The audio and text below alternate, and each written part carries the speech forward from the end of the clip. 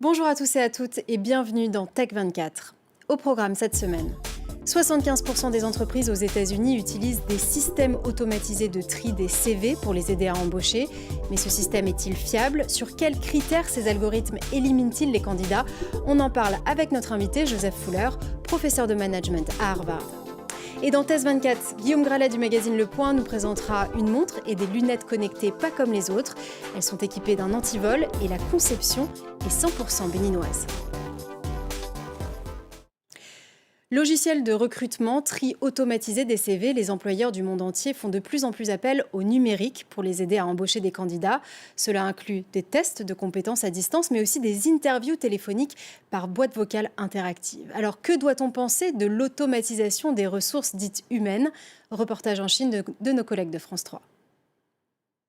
À Canton cet après-midi, Rehang Thi, 20 ans, étudiante en mathématiques, s'apprête à faire ses premiers pas sur le marché du travail. Mais avant cela, elle doit passer un entretien d'embauche. Ce ne sera pas face à une personne, mais face à une intelligence artificielle que voici.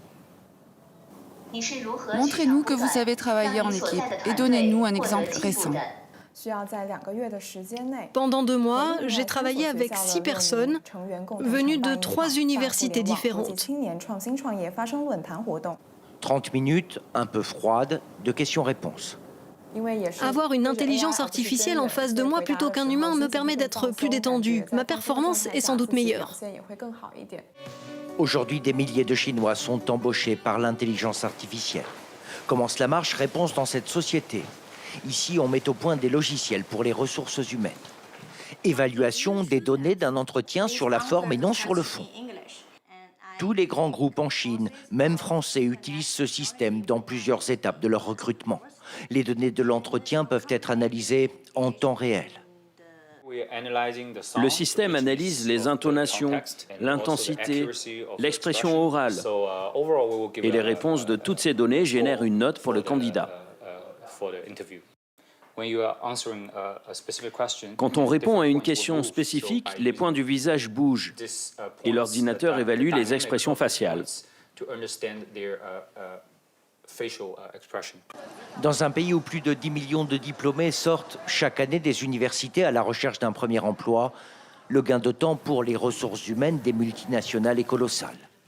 Ici, 75% des candidats sont éliminés par ordinateur.